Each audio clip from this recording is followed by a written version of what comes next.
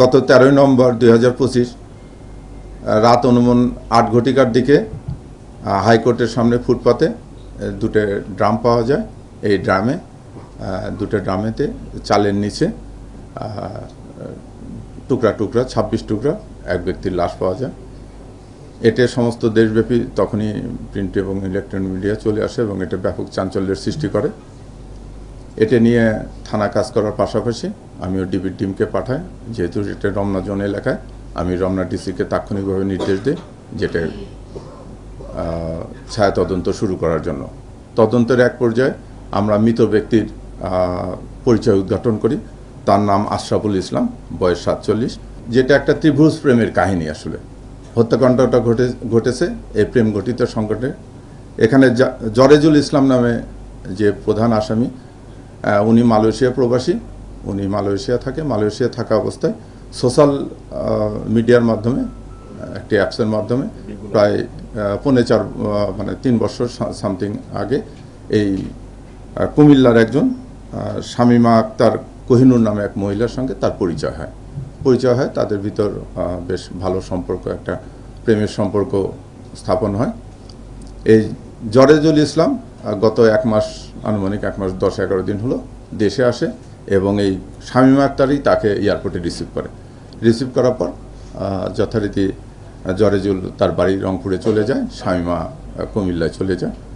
তাদের ভিতরে এই 1 মাস যাবৎ বিভিন্ন সময় টেলিফোনে অন্তরঙ্গ কথাবার্তা হয়।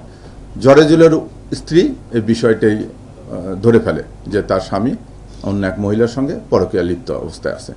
তখন জরেজুলের স্ত্রী জরেজুলের খুব ঘনিষ্ঠ বন্ধু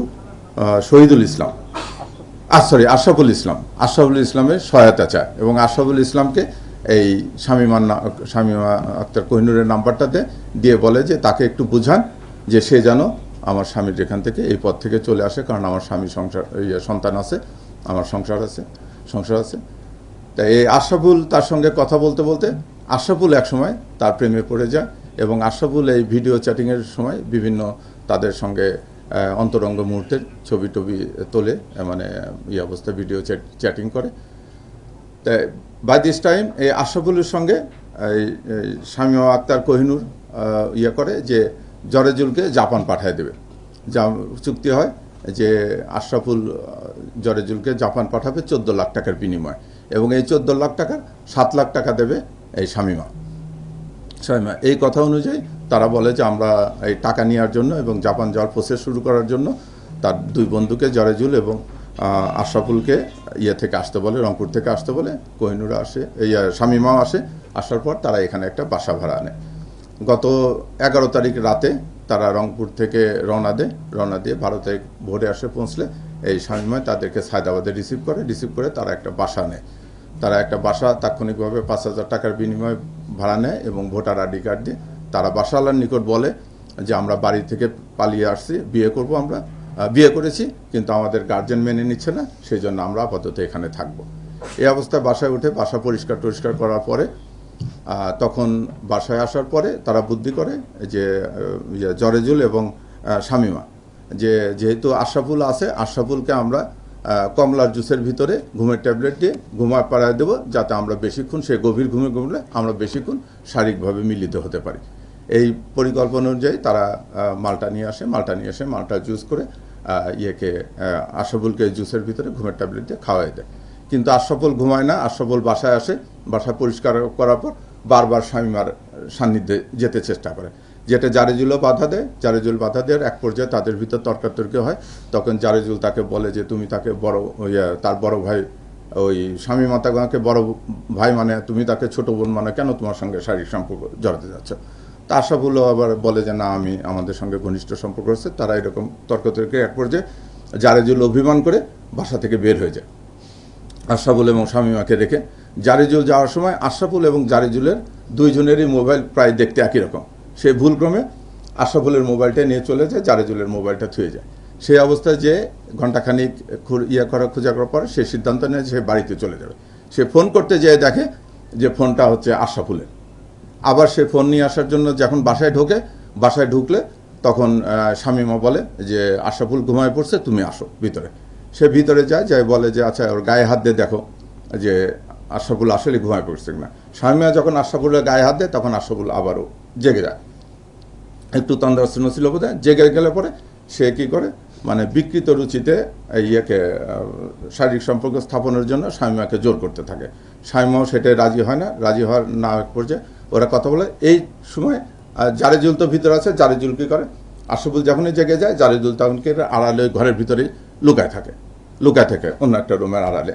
তো এই ধস্তাধস্তির এই পর্যায়ে তাদের তর্ক বিতর্ক এক পর্যায়ে শামিমা বলে যে ঠিক আছে, আমি তোমাকে ওরকম করে তুমি যেভাবে চাচ্ছ সেইভাবে এই বিকৃত পন্থায় করতে দেবো, তাহলে তোমার হাত বেঁধে দিই।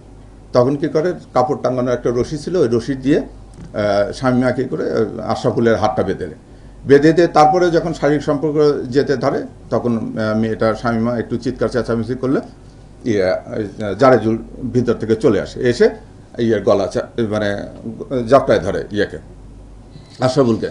যখন জাপটায় ধরে তখন আশরাফুল আবার একটু শারীরিকভাবে তখন আশরাফুল একটু ছোটাছুটির চেষ্টা করে। ওখানে একটা হাতুড়ি ছিল, জারেজুল হাতুড়ি দিয়ে আশরাফুলের হাঁটুতে বাড়ি দেয়। সে হাতুড়ি আমরা উদ্ধার করেছি। বাড়ি দেওয়ার এক পর্যায়ে আশরাফুল যখন চিৎকার চেঁচামেচি করে তখন শামিমা তার ওড়নাটা আশরাফুলের মুখের ভিতরে দিয়ে কস্টেপ দিয়ে মুখটা পেঁচায় দিয়ে ওরা ওই অবস্থা রাখে। কিছুক্ষণ পর দেখে যে তারা দুইজন উপলব্ধি করে যে জারেজুল আশরাফুল আর নড়াচড়া করতেছে না। তখন তারা করে দেখে যে মারা গেছে, আশরাফুল মারা গিয়েছে। তারা ওই অবস্থায় লাশটা নিয়ে বসে থাকে, চিন্তা করে যে কি করবে, নানান ফন্দি ফিকির করে। পরের দিন সকালবেলা ওরা বুদ্ধি করে বাইরে যায় তারা চাল ভর্তি ড্রাম এবং অন্যান্য জিনিসপাতি কিনে নিয়ে আসে, কস্টেপ এগুলো কিনে নিয়ে আসে জারেজুলের কথা মতো যে সে নিজে হাতে মেজের ভিতরে ওই লাশটা টুকরা করে ড্রামের ভিতরে পলিথিন দিয়ে মুখে উঠায় তার উপর চাল দিয়ে তারা আনুমানিক 2টের দিকে একটা সিএনজি করে ওই ড্রাম ভর্তি নিয়ে ঢাকার ধনিয়া থেকে ঢাকার দিকে চলে এসে হাইকোর্টের সামনে ফুটপাতে সিএনজিটা দাঁড় করে ড্রাম 2টা নেমে সিএনজিকে বিদায় করে দিয়ে সিএনজি চলে গেল পরে তারা ড্রাম 2টা ওখানে রেখে তারাও ওখান থেকে রিক্সা যোগে সায়দাবাদ যায়। সায়দাবাদ থেকে মেয়ে কুমিল্লার দিকে চলে যায়। আর জারেজুল যাওয়ার জন্য রংপুরে যাওয়ার জন্য বাসে টিকিট কাটে। এই বাই দিস টাইমে জারেজুল মানে থেকেই নিজের আত্মউপলব্ধি থেকে এই ঘটনাটি তার ছেলেকে বর্ণনা করে। তখন ছেলে বলে যে না বাবা, তুমি এসো না, তুমি বরং অন্য জায়গায় পালিয়ে থাকো, ওই মেয়েকে নাও, মেয়ের সঙ্গে করে দুইজনে একসঙ্গে থানায় যেয়ে তোমরা হাজির হয়ে থানাতে এটা বলে দাও, তোমাদের সত্য ঘটনা বলো। তারপরে জারেজুল আর যায় না, রংপুর যায় না, সে যায় যে সে কুমিল্লাতে চেষ্টা করে মেয়ের বাড়ি লোকেট করার জন্য। যেহেতু বাই দিস টাইমে সবাই সিম চেঞ্জ করে ফেলেছে, তারা আর এটা পারে না। তখন জারেজুল বুদ্ধি করে, জারেজুলের পূর্ব পরিচিত একজন ভদ্রলোক ছিল, ওনার সঙ্গে অনেক আগে পড়েছে, দাউদকান্দির মান্নান। এই মান্নানের বাড়িতে যে জারেজুল ওঠে। আমরা এই মান্নানের বাড়ি থেকেই জারেজুলকে গ্রেপ্তার করার পরে আমরা আগে হাতুড়ি উদ্ধার করেছিলাম, আর পরে এই মান্নানের দেখানো মতে যে চাপাতি দিয়ে টুকরো ওটা ওরা সায়দাবাদের ওখানে ফেলায় রেখে গেছিলো, ওগুলো উদ্ধার করা হয়েছে। এবং মেয়ের বাড়ি থেকে, কোহিনুরের বাড়ি থেকে তার রক্তমাখা ওড়না এবং কাপড় চোপড় উদ্ধার করা হয়েছে। এটি আমাদের